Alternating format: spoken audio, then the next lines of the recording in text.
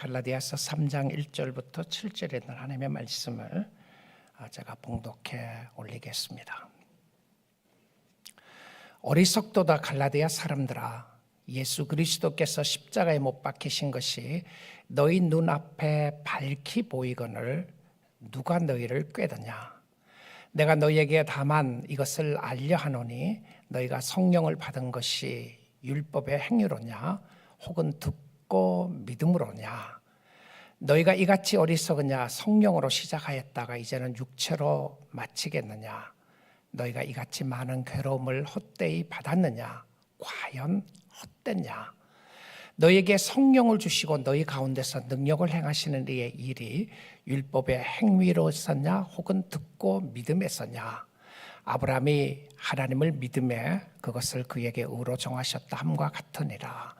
그런즉 믿음으로 말미암은 자들은 아브라함의 자손인 줄 알지어다. 아멘. 하나님의 말씀이었습니다. 우리가 무슨 일을 하든지 시작이 참 중요합니다. 그래서 이런 표현이 있죠. 시작이 반이다. 그만큼 시작하기가 어렵고 시작했다면 앞으로 나아갈 수 있는 일들이 반은 이미 이루었다라고 하는 표현입니다.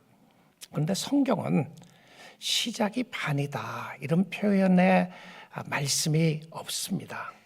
왜냐하면 시작도 중요하고 끝도 매우 중요하기 때문에 그렇습니다. 끝을 잘 맺지 못하면 시작이 무의미하다는 사실입니다. 만약에 끝을 잘 맺지 못하는 일들이 세상의 일이라면 다시 시작하면 됩니다. 실패했으면 다시 일어나면 되고요. 시간이 있으면 말입니다. 내가 부를 축적하고 싶은데 전혀 그러지 못했다. 그런데 90이 넘었어요. 그러면 참 쉽지 않겠죠. 왜냐하면 시간이 없기 때문에 그렇습니다.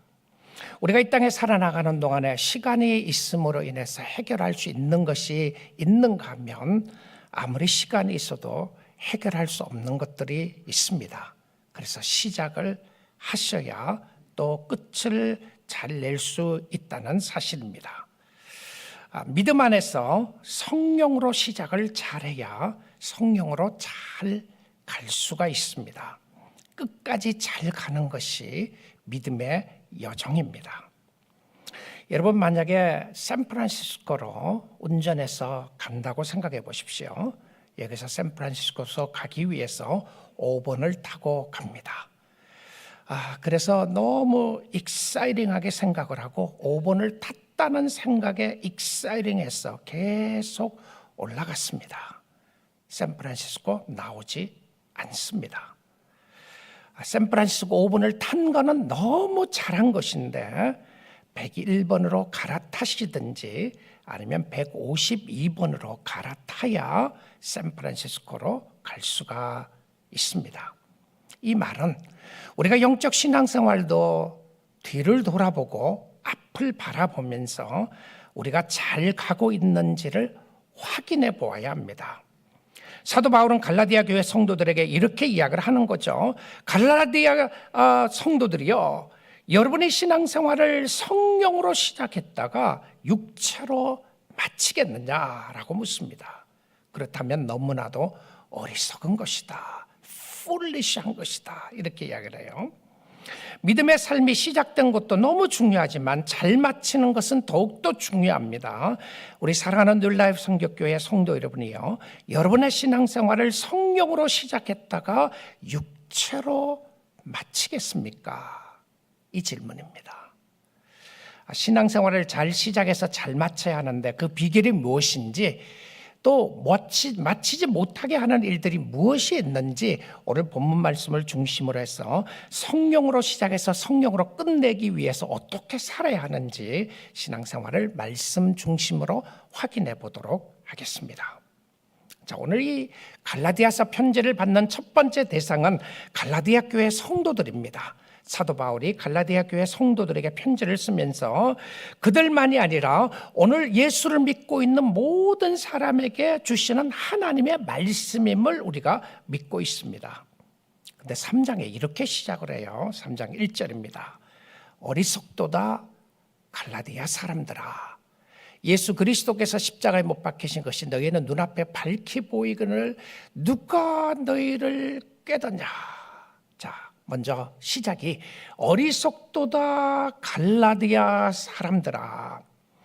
여러분, 복음의 핵심을 멋지게 설명을 하다가 오직 예수 그리스도를 믿음으로 말미암아 우리가 구원을 얻을 수 있고 이것은 하나님이 우리에게 주신 선물이며 다른 복음은 없고 오직 유일한 복음은 예수 그리스도라는 것을 선포하다가 갑자기 3장에 와서 맥 빠지는 듯한 소리를 하는 거예요.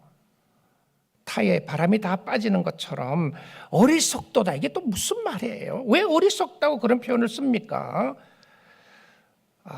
근데 이런 표현을 보게 되면 어떤 모습이냐면 너무 좋은 것을 가지고 있는데 그것을 알지 못하고 가지고 있지 않는 사람처럼 살아간다, 이런 표현이에요. 지금 이야기가 우리가 복음을 가지고 있는데 복음을 가진 사람처럼 전혀 살지 않는다는 거죠.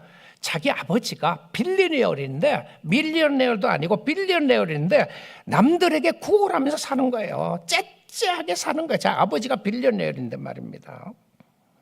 우리의 생활도 신앙생활도 그럴 수가 있다는 것이죠. 우리 아버지가 천지를 창조한 하나님이신데 우리 아버지가 세상을 모든 것을 주관하시고 계시는 아버지라고 이야기를 하는데 우리 아버지라고 말을 하면서 우리는 아버지 없는 고아처럼 살아가고 있더라는 것입니다. 고아처럼 구걸하면서 사는 모습을 보는 거죠. 성령의 충만한 역사를 말은 하는데 실제적으로 우리의 삶 속에는 성령의 충만한 모습이 전혀 없는 모습으로 살아가더라는 거예요. 믿는 사람들과 믿지 않는 사람들의 구별이 전혀 가지 않는 모습인 것이죠. 정말 믿음이 필요할 때는 믿음을 사용하지 않는 거예요. 믿습니다, 믿습니다 계속 고백은 하는데 정말 믿어야 할 때는 자기 마음대로 행동하는 모습을 바라보면서 하는 이야기입니다. 자, 다시 한번 이 1절 말씀 다시 띄워주시죠. 어리석도다 갈라디아 성도들이여, 이렇게 말하지 않아요. 자, 여러분 보시면 어리석도다 갈라디아 사람들아, 이렇게 이야기했어요. 자, 이 편지는 분명히 갈라디아 교회 성도들에게 쓴 편지인데 이 어리석도다라고 하는 표현을 쓸 때에 교회 성도들아라고 하지 않고 갈라디아 그 지역에 있는 사람들아, 이렇게 이야기해요. 지금으로 이야기하면 어리석도다 풀러턴에 사는 사람들이요, 오렌지 카운티에 사는 사람들, 이 표현이에요. 갈라디아는 지역의 이름이잖아요. 그 지역을 이야기하면서 어리석도다 그 사람이요, 이렇게 이야기를 합니다. 자, 그럼 교회에 다니면서 예수를 듣게 되고 보게 되는데 잘못된 길을 가고 있는 사람들에게 경고하는 메시지입니다. 근데 왜 어리석게 되었죠? 왜 어리석게 되었나요? 전부 다 어리석음은 예수 그리스도와 관계가 있음을 보게 됩니다. 예수 그리스도께서 십자가에 못 박힌 것이 너희 눈앞에 밝히 보이거늘 누가 너희를 꾀더냐. 이것은 이 어리석음은 세상의 부와 건강과 명예와 상관이 있는 것이 아니라 그리스도의 십자가와 관계가 있다는 것을 알게 됩니다. 자, 이 십자가와 관계가 있는 사람이 지혜로운 사람이고 이 십자가와 관계가 없는 사람이 어리석은 사람이라고 하는 것을 바울이 대조해서 표현해 주는 것을 보게 됩니다. 이 십자가를 어떻게 알고 믿고 있느냐에 따라서 내가 주님 앞에 어리석게도 살 수 있고 아니면 내가 지혜롭게도 살 수 있는데, 자, 그런데 그들이 왜 어리석게 되었느냐 하면 그 1절 끝 부분에 가서 보게 되면 이런 표현을 쓰고 있어요. 누가 너희를 꾀더냐. 꼬셨다고 하는 표현이에요. 누가 너희를 잘못된 길로 인도했느냐, 이 표현입니다. 그러니까 우리로 하여금 올바른 길을 제대로 가지 않고 어리석은 길을 가도록 하는 어떤 세력이 있음을 보게 됩니다. 누가 도대체 깼느냐, 이런 표현이죠. 다른 이야기를 하면 미혹하는 영이 있다는 것입니다. 십자가의 복음은 믿음으로만 되는 것이 아니고 행위도 따라야 한다고 가르치는 사람이 있었던 것이죠. 할례도 받아야 하고 율법도 지켜야 구원을 얻을 수 있다고 가르치는 사람들이 있었는데, 이것은 십자가의 의미를 무시하고 자신의 생각에 사로잡혀 있는 모습. 존 파이퍼 목사님의 책 갈라디아서 강의에서 그는 이렇게 이야기를 하는데요, 이들은 그리스도라는 현실을 고려하지 않고 꿈속에 빠져 있었습니다. 그러니까 실질적으로는 예수 그리스도가 함께하는 이런 것과는 상관없이 꿈에 살고 있는 것과 같다. 근데 이렇게 이야기를 해요. 가장 심각하게 홀린 사람들은, 누가 너희를 꿰었냐 그랬잖아요. 홀린 사람들은 마귀의 존재를 믿지 않는 사람들입니다. 그러니까 마귀가 자기가 꿰어놓고는 마귀는 없는 것처럼 가장을 하고 있는 거예요. 누가 너희를 꿰었냐? 근데 자기가 미혹에 빠졌는데 그 미혹에 빠지도록 사단이 유혹을 했는데 그것을 믿지 못하게 했다는 것이죠. 사람들이 십자가의 복음을 믿지 않는 이유가, 그것이 걸림돌이 되는 이유가 무엇입니까? 라고 하면서 파이퍼 목사님이 이렇게 이야기를 합니다. 십자가의 복음은 왜 안 믿느냐? 우리 자신을 무기력한 존재로 드러냅니다. 여러분, 이 말이 무슨 말씀인지 아시겠어요? 스스로의 힘으로는 칭의나 성화로 나아갈 수 없다는 사실입니다. 자, 왜 예수를 믿는 것이 쉬운데 예수를 믿지 못하느냐? 그 이유는 당신은 한 것이 아무것도 없고 다 예수가 했다. 그 예수를 믿으라고 하니까 안 믿어진다는 거예요. 내가 뭔가를 해야 하고, 내가 뭔가를 노력을 해야 하고, 내가 선하게 살아야 되고, 내가 착하게 살아야 뭔가를 드려야 하고, 매주 올 때에 1,000불씩 헌금을 해라, 10,000불씩 헌금해라. 그러면 할 수 있는 사람이 있겠죠. 몇 사람들은. 그러면 구원을 얻을 수 있다. 당신의 병이 낫기 위해서는 이런 걸 하면 된다. 예수를 믿기 위해서는 이런 걸 하면 된다고 하는데, 이게 여러분의 행위를 드러내는 것이라면 그게 아닌 거예요. 그러니까 십자가를 믿지 못한다는 이야기를 하는 것입니다. 예수님이 다 했고 나는 아무것도 아니다. I am nothing, but Jesus is everything. 이 말하기 싫은 거예요. What are you talking about? What do you mean I'm nothing? I am someone. 내가 어떤 사람인지 당신이 알고 하는 소리냐? 내가 이 나라에 어떤 사람인지, 내 영향력이 어떤지, 내가 가지고 있는 것이 얼마나 많은지. 그런데 당신은 교회에 오니까 하는 이야기가 I am nothing. 너는 아무것도 아니고 예수가 전부라고 하니까 안 믿어진다는 거죠. 못 믿는다는 겁니다. 이 파이퍼 목사님이 예수를 믿지 못하는 어리석게 사는 사람들의 모습을 그렇게 설명을 했어요. 그런데 우리가 복음을 믿지 못하도록 하는 것은 실질적으로 또 성령의 역사를 말하면 이 땅 이곳에 와 있음에도 불구하고 우리가 제대로 주님을 섬기지 못하는 것은 미혹의 영이 있다는 거죠. 미혹의 사람이 있습니다. 성경은 이 미혹의 영을 이렇게 설명을 해요. 고린도후서 4장 4절 한번 보겠습니다. 잘 보시면 이렇게 돼 있어요. 그 중에 이 세상의 신이, 자, 그 부분을 여러분 확인해 놓고 보십시오. 이 세상의 신입니다. 그러니까 미혹의 영은 누구냐면 세상의 신이에요. 믿지 않은 자들의 마음을 혼미하게 하여, 혼미하게 했다는 것은 정신없게 만들었다, 이런 표현이에요. 사람들의 마음을 정신없이 만드는 거예요. 정신없게 만드는데 누구냐면 세상의 신이에요. 그런데 그 정신없게 만드는, 혼미하게 만드는 신이 그리스도의 영광의 복음의 광채가 비치지 못하게 함이니.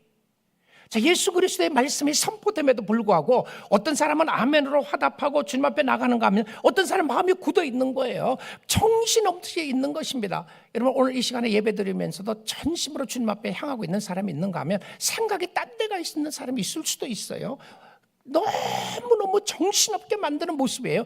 늘 정신없게 만들어서 하나님의 말씀에 집중하지 못하도록 하는 거예요. 영광의 복음의 광채가 비치지 못하게 함이니 그리스도는 하나님의 형상이니라. 자, 확인해 보고 싶은 것이 있어요.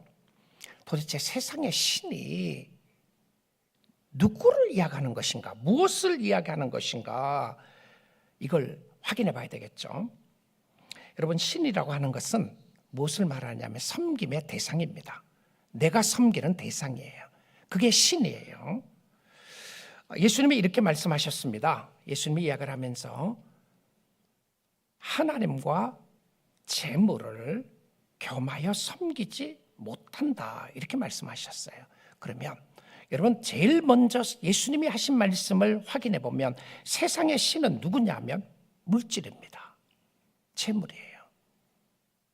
돈이 너무 좋은 거고 귀한 것이고 잘 쓸 수 있는 것임에도 불구하고 이것이 세상의 신이 될 수 있어요. 어떻게 해요? 나의 경배 대상이 되면 그렇습니다. 경배 대상이 된다는 말이 무슨 말이냐면 이게 최고다고 생각하는 거죠. 세상은 그렇게 만드는 거죠. 세상에 신을 두게 만들면서 그것이 최고라고 만드는데, 세상의 신이 결국은 믿지 않는 사람들의 마음을 혼미하게 하고 그 신이 우리의 마음을 다스리게 합니다. 자, 여러분, 성령의 사람으로 끝까지 잘 가지 못하는 것은요, 중간에 성령이 아니라 뭔가가 여러분의 심령 속에 자리 잡고 있는 신이 있는 거예요. 근데 그 신은 성령의 역사가 아니면 전부 다 이 땅에 있는 신입니다. 여러분이 사모하고 여러분이 의미를 부여하고 최고라고 생각하는 여러분의 마음의 뺏기는 모습이에요. 자, 이 혼미하게 한다는 것을 정신없게 만든다는 표현도 있지만 조금 더 구체적으로 보면 이것은 마음을 어둡게 한다, 마음을 가로막는다, 마음을 닫히게 한다, 이런 표현이에요. 그럼 마음이 확 닫히는 거죠.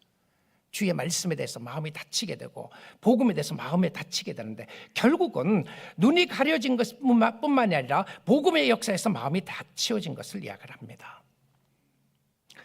매주 화요일 저녁 시간에 우리 교회가 또 진행하고 있는 둘로스 훈련이 있는데요, 이 둘로스 훈련에 정말 하나님의 은혜를 많이 주시고 참가하는 분들이 15주 헌신해서 공부하고 하나님의 말씀을 나누고 책을 통해서, 성경을 통해서 공부하는 귀한 시간인데요, 그 공부하는 책 중에 하나가 폴 추립 목사님이 쓴 책, 사람은 어떻게 변화되는가, 이 부분입니다. 사람이 어떻게 변화되는가라는 책에서 결국 우리의 마음속에 있는 세상의 신은 결국 마음의 우상을 밝히고 있는데요, 그러면서 그 책에 이런 표현을 써요. 인간은 숭배하는 존재이다. 그러니까 어딘가에 가치를 찾고 산다는 거죠. 여러분, 가정에 가치를 두는 사람 얼마나 귀한 거예요. 성경은 가정에 가치 두지 말려고 이야기하지 않아요. 성경은 물질에 가치를 두지 말려고 이야기하지 않아요. 물질이 얼마나 귀한 것이에요. 시간이 얼마나 귀한 겁니까? 여러분, 건강이 귀한 겁니다. 여러분, 우리가 예수 믿는 사람들은 아프게 살아라 그러지 않아요. 건강도 너무 귀하고 자녀들도 귀하고 명예, 좋은 명예 갖는 거 귀한 겁니다. 예수 믿는 사람도 명예 가질 수 있고 다 귀한 것들이에요. 그런데 여러분, 정말 여러분의 마음속에 하나님이 아니면 우리는 늘 섬길 대상을 찾고 있어요. 그 섬길 대상이라는 말은 무슨 말이냐면 나에게 의미를 부여하는 나의 나됨이에요. 내가 왜 절망하는가? 내가 왜 낙심하는가? 내가 찾고 있는 뭔가가 있다는 거죠. 근데 그 찾고 있는 것이 주님이 아니면, 예수님이 아니면, 예수님이 나의 삶 속에 최고가 아니면 그것이 바로 여러분의 삶 속에 있는 우상이라는 거예요. 자, 이게 굉장히 중요한 이야기죠. 그래서 인간은 무언가가 언제나 무언가를 숭배하게 되는데, 하나님의 은혜를 떠난 인간은 늘 창조주가 아닌 피조물 가운데 무엇을 선택한다. 세상의 신의 모습을 폴 추립 목사님이 이렇게 표현을 했어요. 그 책에서요. 여러분 한번 들어보십시오. 도대체 세상의 신이 뭔가? 나는 세상의 신을 섬기지 않고 하나님을 섬기는 I'm a Christian. 나는 교회 다니는 사람인데 무슨 말이냐? 교회 가면 하나님을 섬기는 사람이 아닌가? 자, 근데 교회 다니면서도 하나님을 섬기지 않고 세상의 신을 섬길 수가 있다는 것이고요, 세상의 신은 늘 우리의 마음을 미혹한다는 거예요. 미혹한다는 거죠. 자, 한번 들어보십시오. 첫째, 영적인 것보다 육적인 것이 더 중요하다. 이게 마음의 우상이에요. 그러니까 내가 영적인 것을 찾는 것보다 육적인 것이 더 중요한 거죠. 영적인 거 안 보이잖아요. 근데 결국은 교회 신앙생활 하는 것도 육적인 것을 더 채우기를 위해서 하고, 하나님의 은혜와 축복이라는 것도 나의 필요를 채우는 것이라고 생각을 한다면 이것이 우상이라는 거죠. 그래서 영적인 것보다 육적인 것이 더 중요하다. 자, 두 번째 봅니다. 영원한 것보다 일시적인 것이 더 가치가 있다. 그 영원한 것이 뭐 보이지도 않는 건데, 영원한 하나님의 나라, 천국, 하나님을 섬기는 믿음, 예수 그리스도, 영생 이런 것보다 일시적인 것이라고 하는 것은 세상에 보이는 것 이야기하는 거예요. 이게 일시적인 겁니다. 일시적인 것은 전부 다 세상이에요. 세상에 보이는 것. 이것이 더 가치가 있다. 여러분, 많은 사람은 그렇지 않아요? 결국 주님은 안 보이니까, 보이지 않는 주님보다는 보이는 것이 더 가치가 있게 살아간다. 이 부분이 있죠. 자, 세 번째입니다. 하나님과의 관계보다 사람과의 관계가 우리를 더 만족시킨다. 그 영적인 일에 관심이 없어요. 하나님과의 관계보다 교회 와서 주님과의 관계를 어떻게 맺을 것인가 발버둥 치고 죽게 가까이 가면 내게 복이라고 하는 것보다 하나님과의 관계보다 사람들의 관계가 더 우리를 만족시킨다. 진짜 사람 만나는 게 너무 좋은 거예요. 자, 성도들과 교제하는 것이 얼마나 아름다운 것인가. 이거 좋은 겁니다. 여러분 함께 친교하면서 얼마나 좋은 시간 보내시고 계신가. 이거 좋은 거예요. 그런데 이 정말 성도들의 좋은 친교의 관계가 주님 때문에 오는 것이 성도의 모습인 거죠. 예수 때문에 좋은 겁니다. 예수 때문에 성도들 만나는 사람들과 함께 교제하는 것이 너무 좋은데 예수와 상관없는 사람들의 관계가 더 나에게 솔직히 만족이 된다. 이거는 우상의 모습이라는 거죠. 마지막으로요. 하나님이 내게 필요하다고 말씀하신 것보다 나의 욕망이 더 세다. You need this. 하나님이 이야기하기를 너는 정말 내가 필요한 거야. 너는 믿음이 필요해. 너는 나 앞에 기도하는 이것이 필요해 라고 이야기를 하는데 그것보다 나의 욕망, my personal desire입니다. 나의 욕망이 더 세다. 하나님 내가 이거 가져야 되겠습니다 하는 것이 영적인 것이 아니라 주님이 아니라 세상의 것으로 더 세다 이 표현이에요. 근데 이 마음을 열 수 있는 방법은 그런 마음이 드시면 이건 그래서 내가 세상의 신에 따라가고 있지 않나 하는 생각이 든다면요. 이 마음을 열 수 있는 방법은 더 정확한 논리와 설득이 아니었습니다. 바울은 뭐라고 그러냐면 이것이 마음을 열 수 있는 것은 성령의 역사라고 그랬어요. 여러분, 주님보다 또 주님이 너무 좋고 세상의 그 어떤 것보다 예수 그리스도가 최고라고 생각이 들고 예수 그리스도를 믿고 사랑하는 여러분의 심령 속에 힘들고 어려운 부분이 있다고 할지라도 여러분의 삶 속에 감사하는 부분이 무한무궁하다고 할지라도 이 모든 것 위에 주님 때문에 감사하고 주님 때문에 찬양하는 역사가 있다면 그것이 성령의 역사인 줄 믿습니다. 하나님께서 그 마음 주신 거예요. 이거 자연스러운 마음으로 일어나지 않아요. 오직 성령의 역사만이 우리의 눈을 뜨게 하고 마음을 열어서 보게 하는데요. 성령은 말씀을 통하여 혼란과 무분별한 상태에 있는 마음을 열어주셔서 예수를 보게 해요. 무엇이 옳고 그른지를 성경 말씀을 통해서 확인하게 해주고 우리의 마음을 닫게 하는 세상의 신이 있음을 깨닫고 주님을 바라보는 역사입니다. 결국 이 세상의 신으로 모습으로 다스리는 역사가 누가 하느냐 하면 사단이 하는 거죠. 사단이 지금 공중권세 잡았다 이 표현은요, 사단은 세상의 권세를 가지고 있다 이 표현입니다. 세상을 가지고 다스리고 있다는 거죠. 그래서 이 세상의 것을 가지고 복음을 믿지 못하게 하는 거예요. 너 결국 하나님 없이 사는 게 네가 원하는 거 아니냐, 하나님 필요가 없다, 너 마음대로 하고 살아라. 근데 성령의 역사로 시작을 했어요. 근데 어느 날 어느 순간에 보니까 세상이 너무 좋은 거예요. 그래서 길로 가고 있는 갈라디아 교회 사람들에게 경고의 메시지를 던집니다. 자, 근데 시작하는 것이 너무 중요한데요. 성령의 시작을 하여 끝내지 못하는 이유를 오늘 3절에 한번 보겠습니다. 너희가 이같이 어리석었냐. 자, 오늘 본문 말씀 가운데서 어리석은냐라는 표현이 두 번이나 반복해서 이야기를 해요. 1절에도 나왔죠. 3절에도 나옵니다. 누구를 가르쳤어요? 갈라디아 교회에 다니고 있는 교인들을 향해서 너희들이 이렇게 어리석은냐 이 표현을 쓴 거예요. 너희가 이같이 어리석느냐? 성령으로 시작했다가 이제는 육체로 마치려고 하느냐? 자, 이 말씀 보십시오. 성령으로 시작했어요. 교회 다닌 거예요. 성령의 역사를 시작했는데 끝은 어디로 가고 있습니까? 육체로 끝나는 거예요. 잘 여러분 확인하셔야 됩니다. 성령으로 시작한 사람은 성령으로 끝나야 합니다. 이 말은 우리가 육체 가운데 살아나가고 있는 것은 나를 사랑하사 자기를 위하여 독생자 예수 그리스도를 주신 하나님의 아들 예수 그리스도를 믿는 믿음으로 사는 것인데, 믿음으로 사는 것이 영으로 사는 것이고요. 그렇죠?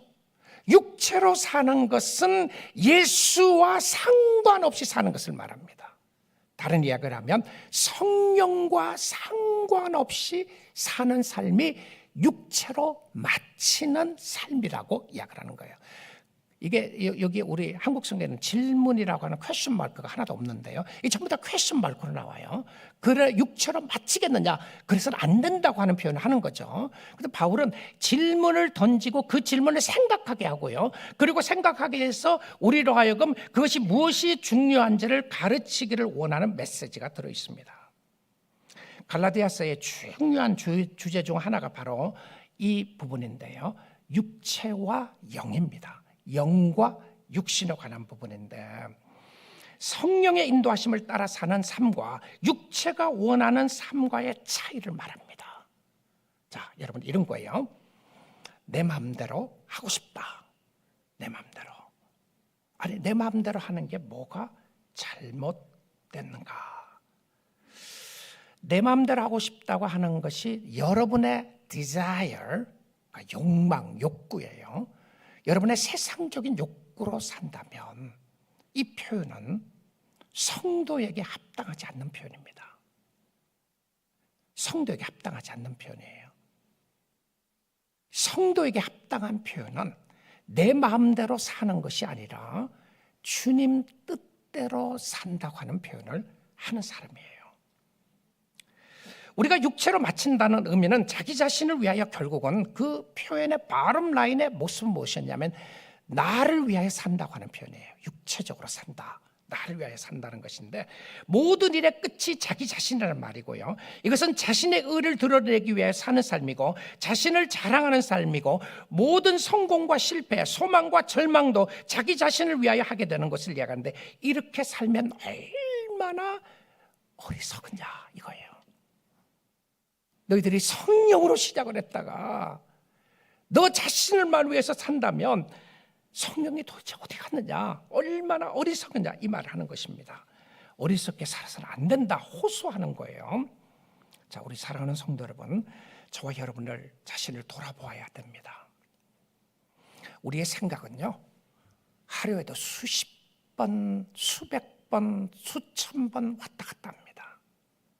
자, 근데 그 왔다 갔다 하는 것이 요동치고 있는 마음의 생각과 삶 속에서 여러분 정말 영적인 것이 몇 프로 정도 있는 것 같아요. 대부분 요동치는 생각 속에 나타나는 모습이 육적인 것 아닌가요? 저는 오늘 아침에도 그런 생각을 해요. 아니, 예배 와 있는데도 딴 생각하고 있는 거 잠깐. 여러분 그렇지 않나요? 우리의 마음을 끊임없이 혼란시키고 있는 거예요. 갑자기 슬퍼지게 만들기도 하고, 갑자기 다른 사람 생각나게 하기도 하고, 아니 예배를 드리는데 무슨 딴 생각하고 있는 거예요. 그런데 이것이 그냥 여러분의 삶 속에 일어나는 것이 아니고 이게 육체의 생각들이에요. 여러분으로 하여금 끊임없이 하나님께로 집중하지 못하게 하고 하나님께로 가지 못하게 하는 거예요. 그런데 성령의 역사가 나타나기 전에는 세상이 가장 좋은 거예요. 이 세상의 가치가 내가 가장 최고라고 생각을 합니다. 그런데 말씀을 듣고 성령의 역사가 일어나고 보니까 이게 틀렸다는 것을 내가 확인하게 되는 거예요. 이거 잘못 살아가고 있다는 것을 확인하게 되고 주님 붙잡게 되는데, 주님 붙잡는 것이 성령께서 하시는 일이죠. 자, 여러분, 성령도 살아계셔서 역사하지만 악령도 살아서 역사하고 있는 미혹의 영이라는 것 아시나요? 그래서 시험에 들지 말아야 합니다. 시험에 들지 말아야 돼요. 성령을 잊어버리고 잘못된 길로 갈 수가 있다는 것입니다. 그때에 기억해야 하는 것이 뭔지 압니까? 십자가에 못 박혀 죽으신 그리스도를 보는 겁니다. 주께로 방향을 돌리는 거예요. 주님, 내가 주님 바라보겠습니다. 십자가 바라보겠습니다. 십자가를 바라보니까 어떤 역사가 있죠? 나를 대신하여 형벌 받으신 주님이 생각나는 거예요. 내가 너를 얼마나 사랑하는데 그렇게 살 수 없잖아 라고 하는 하나님께서 주신 은혜와 생각이 나타나기 시작하는데, 내가 죽어야 할 자리 주님이 죽게 되고 하니까 나의 교만과 자존심이 내려오게 되고 나의 절망의 마음이 소망의 마음으로 솟아나게 되는 것이 예수 그리스도의 십자가를 바라보고 있을 때예요. 자, 우리가 시험에 빠지게 되고 어리석게 사는 것을 팀 켈러 목사님이 쓴 갈라디아 강해서에서 이렇게 이야기를 해요. 켈러 목사님 돌아가셨죠. 소천하셨는데 그분이 쓴 책에서 이렇게 이야기를 합니다. Comfort, 세상이 추구하는 그 뉴요커들에게 1차 그들에게 전했던 복음의 대상들은 뉴욕에 있는 뉴요커들에게, 젊은이들에게 복음을 전하면서 했던 표현입니다. 했던 메시지였던 거죠. Comfort, approval, 그러니까 인정받는 이런 거죠. Comfort, 편리함, approval, and control, 지배하고 다스린다는 거잖아요. Those are functional saviors. 이건 기능적인 구원자이다, 이렇게 이야기했어요. 그러니까 나를 진짜 구원해 줄 것은, 나를 진짜 회복하고 기쁨을 주는 것은 comfort, approval, control. These are functional saviors.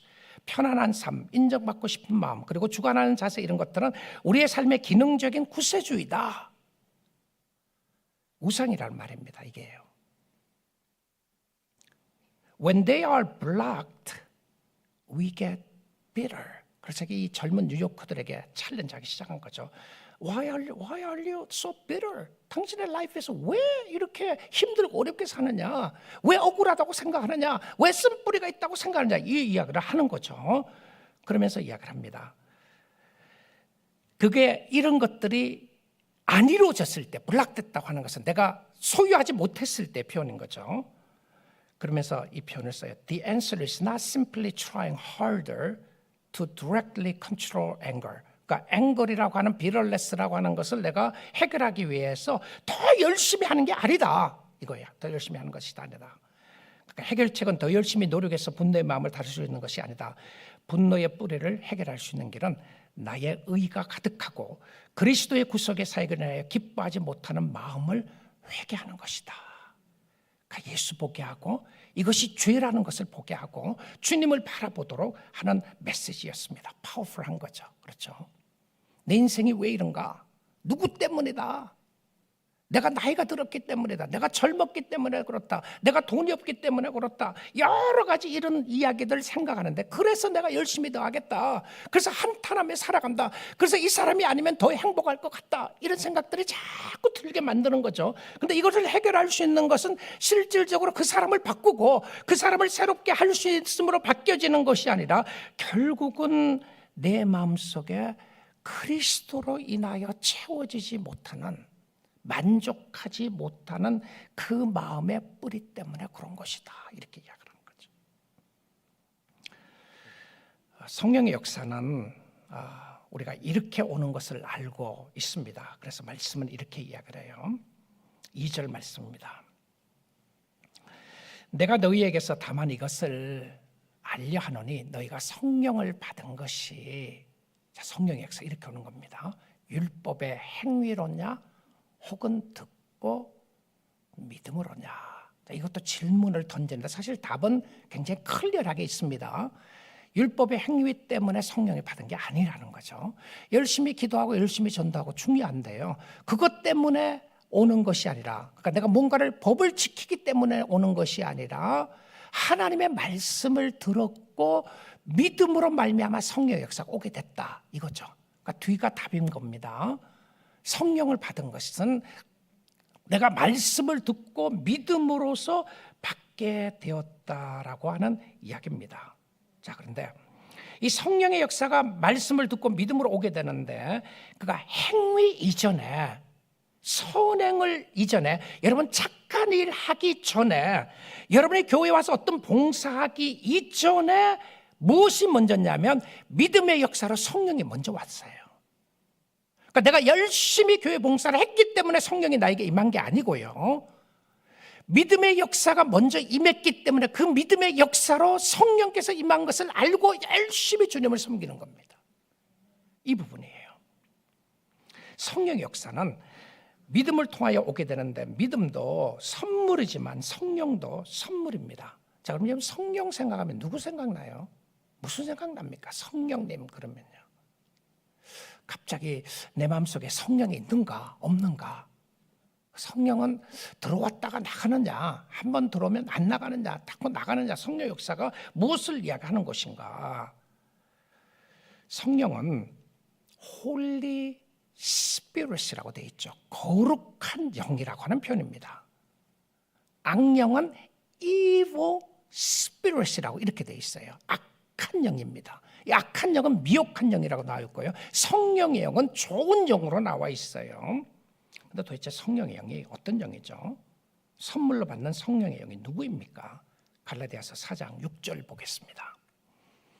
너희가 아들이므로 하나님이 그 아들의 영을, 그 하나님이 그 아들의 영 누구죠?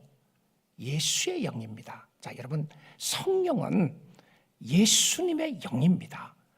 부활하신 예수님의 영이에요. 그러니까 성령은 어느 날 어디에 떠돌아다녔던 또 하나의 영이 우리에게 온 것이 아니고 성령은 예수님이에요. 예수님. 부활하신 예수님이 육체적으로 임재하지 않으시고 이제는 육체적으로는 승천하시고 영으로서 보이지 않는 영으로 우리의 심령 속에 나타나 있는 거죠. 그래서 성령이 보이지 않는 겁니다. 볼 수가 없어요.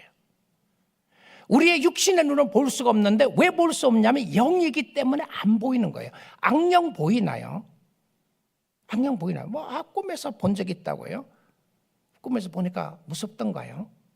성령을 꿈에서 본 적이 있다요? 그럴 수 있어요. 그렇지만 우리의 마음속에 역사하는 성령의 역사를 보지는 못하지만 확실한 것이 있는 것이 성령의 역사입니다. 바람이 임의로 불 때 어디서부터 왔다가 어디로 가는지 알지 못하는 것과 같이 성령으로 거듭난 사람도 이렇다.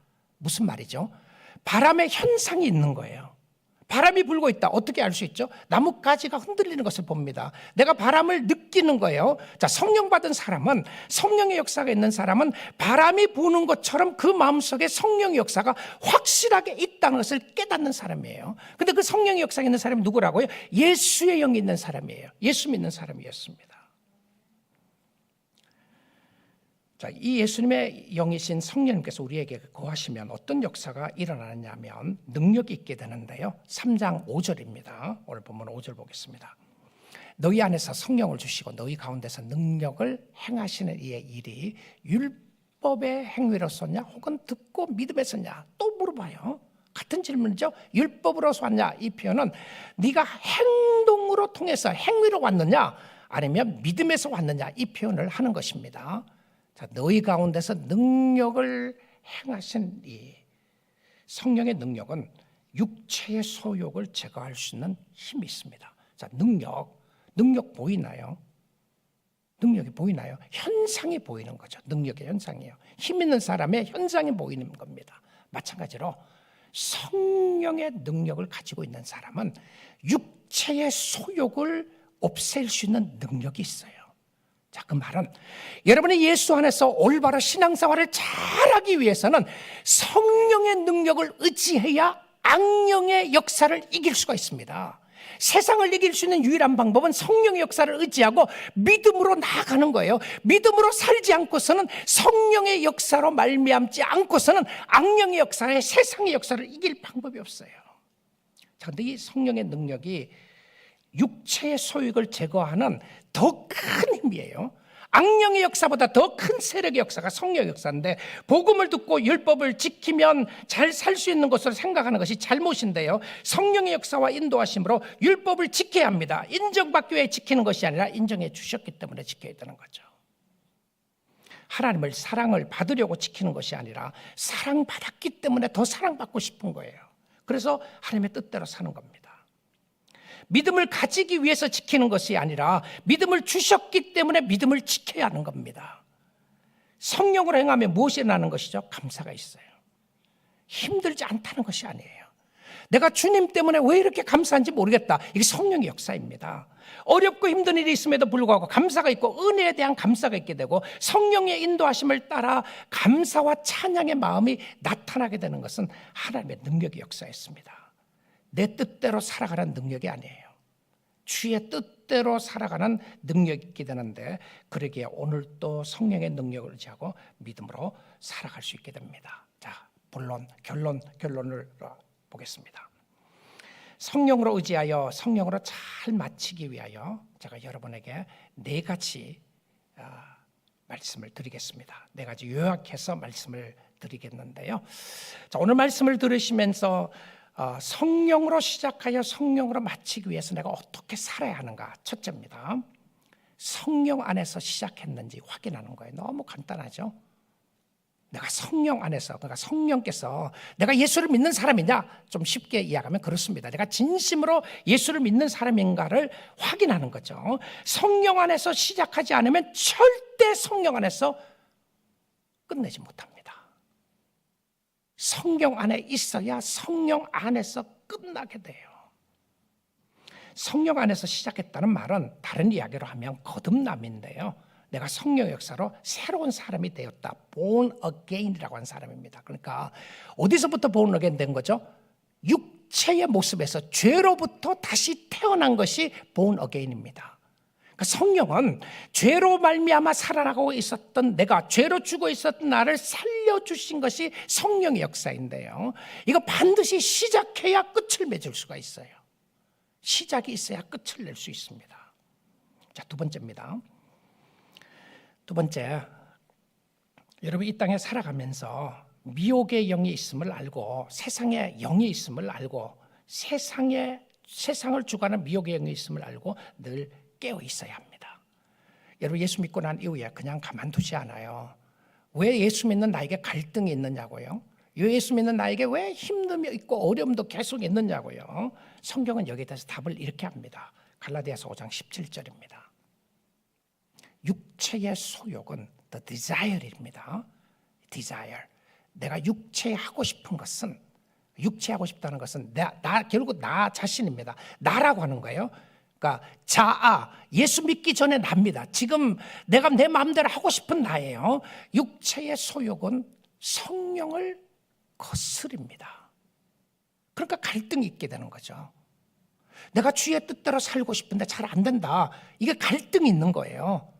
주님 뜻대로 살려고 그러는데 왜 힘든 것이 있느냐? 이 갈등이 있게 되는 겁니다. 육체의 소욕은 성령을 거스르고 성령은 육체를 거스리나니, 이 육체는 자기의 자아입니다. 세상이에요. 나의 욕망, 나의 욕구라고 보면 됩니다. 예수 외에 하고 싶은 거예요. 예수 외에 이루고 싶은 겁니다. 예수와 상관없는 납니다. 육체의 소욕을 거스리나니, 이 둘이 서로 대적함으로 싸우는 거예요. 서로 마음속에서 싸움으로 너희가 원하는 것을 하지 못하게 하려 함이니라. 그러니까 영적으로 잘 안 되는 거예요. 자, 왜 그렇다고요? 육체의 소욕 때문에 그렇습니다. 이걸 다스리고 이걸 해결하는 것이 굉장히 중요한 모습으로 이야기를 하는 것이죠. 성령으로 시작하지 못하는 사람들도 많은데, 성령으로 시작을 했는데 성령과는 상관없이 자기 잘난 멋에 살아가는 거예요. 그러니까 나쁘다고 생각 안 하는 거죠. 육체의 모습을 전혀 나쁘다고 생각 안 하는 것은 자기 잘난 멋에 사는 거예요. 자기 마음대로 살아나가니까 내가 원하는 대로, 내가 하고 싶은 대로 살아나는데 이게 뭐가 잘못됐느냐? 누가 나에게 잘못했다 말하거나 세상에 다 이런 거 안 하느냐? 이렇게 말하는 거죠. 근데 성경은 그렇게 말하지 않아요. 성경은 우리에게 끊임없이 도전합니다. 내가 어떻게 살아야 하는지. 예수 믿는 사람들이 성령의 역사가 임하게 되면 이 땅에서 어떤 삶을 살아야 되는지, 그것이 무엇을 이야기하는지를 계속 이야기하는 거죠. 오늘 강력하게 갈라디아 교회에게 이야기해 주시는 말씀이 오늘 저와 여러분에게 주시는 메시지입니다. 사랑하는 성도들이요, 교회 다니는 사람들에게 주시는 도전인데, 성령으로 끝내지 못하는 이유는 모든 종교적인 것도 다 자기 중심일 때 그렇습니다. 결국은 나냐 예수냐 이겁니다. 결국은 그 밑바닥에 종교적인 선한 행위라고 할지라도 내가 그것을 하고자 하는 욕망, 하고자 하는 것도 정말 주님이냐 아니면 나냐, 사람들한테 보이려고 하느냐, 그것이 나의 최고의 관심사냐 아니면 나의 최고의 관심사가 정말 주님이냐. 우리 사랑하는 성도 여러분, 여러분을 위하여 십자가에 못 박혀 돌아가신 예수 그리스도의 사랑을 우리가 알고 죽을 때까지 평생 동안 우리가 살아있는 동안 예수 그리스도를 높이며 그를 위하여 살 수 있기를 주님의 이름으로 축복합니다. 그냥 사는 것 아닙니다. 그냥 살 수 있는 인생이 아니에요. 주의 영을 우리의 마음속에 넣어주시고 성령을 주시니까 함께하고 있음을 보여줍니다. 자, 세 번째입니다. 세 번째, 여러분, 성령으로 잘 마치기 위해서는 성령의 인도함을 받으십시오. 이 인도함을 받는다고 하는 것은 누군가가 안내자가 있다는 거잖아요. 안내자가. 여러분, 새로운 요즘은 가끔 운전하다 보면 타마스 가이드가 그리울 때가 있어요. 내가 누구인데 이야기했더니 우리 젊은 부목사님들 타마스 가이드가 뭐예요? 그러더라고요. 옛날 사람들 알죠? 오래전 사람들 이 GPS 쓰기 전에 타마스 가이드 그 책 하나 가지고 있으면 너무 신나고 좋아했어요. 그거 사는 게 돈이 아까워갖고 트리플 A 가갖고 그냥 백 해갖고 지도 가지고 차에 잔뜩 가지고 다니고 그랬었는데요. 그런데 지도를 보고 찾는 재미가 있었는데 그 재미가 없어졌어요. 그래서 새로운 길로 가면 늘 갔던 길이었는데도 GPS를 켜놓고 가요. 근데 왜 그런가? 물론 뭐 시간 보기 위한 것도 있지만 정말 잘 모르겠어요. 어떤 때는 몇 번 갔는데도. 그런데 새로운 길을 간다고 생각해 보십시오. 새로운 길을 가면 가이드가 필요합니다. 새로운 길이니까. 자, 여러분의 인생에 가던 길만 늘 그 길만 간다 그러면 가이드가 필요 없어요. GPS가 필요 없어요. 그런데 여러분의 인생의 여정에 주님 앞에 가는 길은 새로운 길입니다. 그 말은 인도자 없이 스스로 혼자 절대 갈 수 없는 길이에요. 그래서 인도자이신 예수님의 인도함을 받아야 되고 성령의 인도함을 받아야 되는데 성령이 뭐라고 그러냐면 이렇게 이야기를 하는 거예요. 사랑하는 아들아 따라. 너 나 잘 따라와야 천국까지 갈 수 있는 거야. 그러니까 뭐라고 그러냐면 Leave me alone. 성령님 놔두세요. 내 마음대로 하게. 내 마음대로 하라.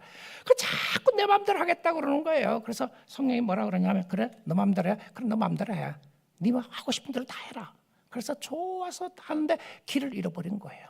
나중에 어디 있는지도 모르고 어디로 가야 되는지 모르는 거죠. 여러분 부모가 자녀에게 그래 너 마음대로 해.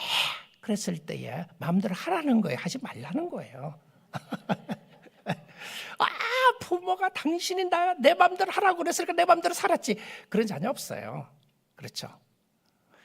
우리는 그 의미가 뭔지를 잘 알고 있습니다. 주의 성령의 사람은 주의 인도하심을 받는 사람인데 오늘 아침에 제가 이 전할 말씀을 묵상하다가 찬송가가 너무 강력하게 떠올랐던 찬송이 하나 있었어요. 주의 인도하심 따라 주의 인도하심 따라 어디든지 주를 따라 주와 같이 가려네. 찬송가 324장인데요. 예수 나를 오라네. 예수 나를 오라네. 어디든지 주를 따라 주와 같이 가려네. 2절 보니까 이렇게 되어 있습니다. 겟셋만의 동산까지 주와 함께 가려네. 피땀 흘린 동산까지 주와 함께 가려네. 주의 인도하심 따라 주의 인도하심 따라 어디든지 주를 따라 주와 같이 가려네. 주님 따라갈 수 있기를 원합니다. 주님 따라가셔야만 합니다. 세상의 신이 오늘도 여러분의 생각과 마음을 복잡하게 만들어서 그래서 여러분 심플한 게 좋은 거예요. 하나님을 섬기는 데 있어서는 단순한 게 좋습니다. 주님이 가라 그러면 가겠다고 생각하고 주님의 뜻대로 살겠다고 생각하는 이게 심플 마인드거든요. 주님이 원하시는 길이라면 주님 여기 계시오니 내가 주님을 찬양하겠습니다. 주님이 나를 인도하니까 따라가겠습니다. 근데 주님을 따라가지 않으면 길을 잘못 갑니다. 자, 마지막입니다. 네 번째는 소망을 끝까지 예수께 두시고 표대를 주를 바라볼 수 있기를 원합니다. 유혹에 빠졌습니까? 시험에 들었나요? 오늘 기회가 있는 거예요. 여러분 걱정하지 마세요. 죽게 오면 돼요. 저는 여러분을 초대합니다. 누구든지 오늘 이 시간에도 주님 바라볼 수 있어요. 내가 오늘 예배 오기 전까지만 해도 내 생각이 너무 복잡했고 혼란스러웠다고 생각하는 분이 있다고 할지라도 오늘 주님 바라보겠다고 생각하고 주님 십자가 바라보면 돼요. 지금까지 예수 안 믿었다고 할지라도 잘못된 길을 갔다고 할지라도 소망이 있는 것은 오늘 주님 바라볼 수 있다는 것이 소망이고 희망입니다. 주를 바라보는 것이죠. 시편 62편 보겠습니다. 나의 영혼이 잠잠히 하나님만 바라며 나의 구원이 그에게서 나오는도다. 구원자는 하나님 한 분밖에 없습니다. 예수밖에 없어요. 2절입니다. 오직 그만이 나의 반석이시 나의 구원이시여 나의 요새이시니 내가 크게 흔들리지 아니하리로다. 바람이 살짝 불 때는 있어요. 그런데 광풍과 태풍의 바람에 넘어지지는 않는다는 이야기입니다. 세상 살아가면서 영적으로 살짝 흔들릴 때가 있어요. 근데 주님이 나의 반석이니까 내가 크게 흔들리지 않아요. 세상의 바람에 휩쓸려 가지 않는다는 겁니다. 세상에 휩쓸려 가지 않는다는 표현이죠. 그리고는 자기 자신에게 선언합니다. 여러분의 영혼에게 선언하십시오. 여러분의 심령의 신앙생활에 가장 잘해야 될 사람은 누구냐면 오늘 이 자리에 있는 저입니다. 여러분이에요. 자기 자신이에요. 자기 자신. 누가 아니에요. 누가 아닙니다. 누구 때문이다. 누구가 그러니까 그렇다. 그게 누구가 아니고 나예요. 나. 제가 설교를 잘한다고 생각해 보십시오. 잘했고 교인들이 주님을 찬양하고 주께 나가고 영혼 구원 받았어요. 그런데 저는 주님 사랑하지 않는 거예요. 늘 절망하고 좌절하고 주님이 있는지 없는지 개인적으로 있을 때는 기도하지도 않고 말씀 보지 않고 이러고 내 영혼이 완전히 세상의 신에 휩쓸려 있어요. 제가 잘못 목회하는 거죠. 잘못 사는 겁니다. 여러분의 영혼을 향하여 외치고 주님 앞에 나가야 되는데 5절입니다. 마지막이에요. 나의 영혼아 잠잠히 하나님만 바라라. 그리고 무엇이에요? 나의 소망이 그로부터 나오는도다. 여러분의 진정한 소망은 하나님으로부터 와야 합니다. 하나님이세요. 그래서 혹시 세상으로 절망하고 낙심했다면 여러분의 영혼에게 외칩시오. 나의 영혼아 잠잠히 하나님만 바라라. 나의 소망이 그에게로부터 나오는도다. 같이 기도하겠습니다. 우리 시간 한번 찬양하기 전에 기도하고 찬양하겠습니다.